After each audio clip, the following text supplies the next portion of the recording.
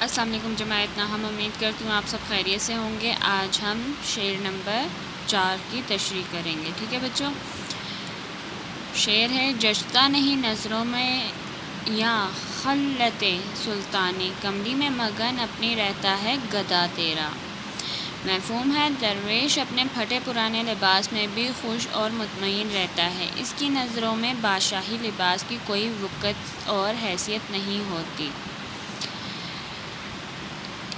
تشریح ہے: زیر تشریح شعر میں شاعر خواجہ الطاف حسین حالی کہتا ہے کہ جس شخص کو اس دنیا میں اللہ تعالیٰ کی محبت نصیب ہو جائے وہ دیگر کسی قوت و طاقت کا محتاج نہیں رہتا، نہ ہی کسی بادشاہ کی شان و شوکت اس کی نظروں میں اہمیت رکھتی ہے۔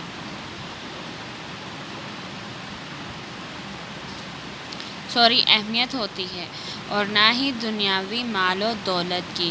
بادشاہوں کی نگاہوں میں ان کی بادشاہت بظاہر بڑی پرکشش ہوتی ہے، لیکن دلی اطمینان اور حقیقی سکون کی نعمت سے محروم ہوتے ہیں۔ ان کے مقابلے میں ایک درویش جسے اللہ نے قناعت،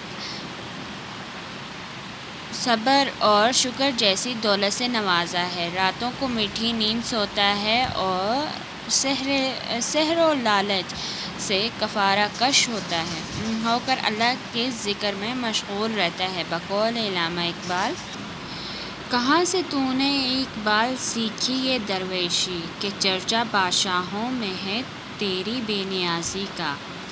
دراصل جب انسان اپنے مقام کو پہچان لے، اسے اپنے رب کی پہچان نصیب ہو جائے اور اس بات کا یقین ہو جائے کہ کائنات کا مالک رب العالمین ہے، جو سارے جہان کی حفاظت اور پرورش کرتا ہے، پھر دنیا کے کسی شخص یا بادشاہ کا ظاہری وقار اس کی نظروں میں کوئی وقت نہیں رکھتا، کیونکہ اللہ رب العزت اس سے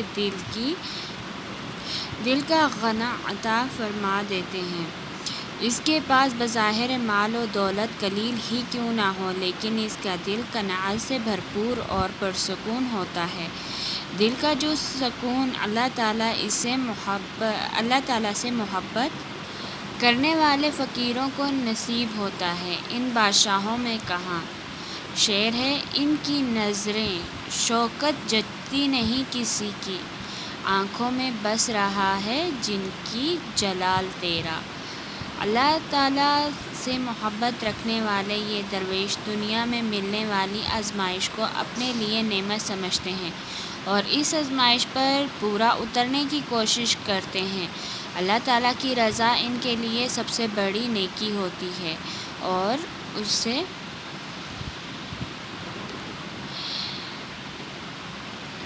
اسے دونوں جہانوں میں کامیابی و کامرانی سمجھتے ہیں۔ بچوں، جو شعر ہے وہ بھی آپ ایسے ہی لکھیں گے جیسے کہ نوٹس پہ لکھے ہوئے ہیں، ٹھیک ہے۔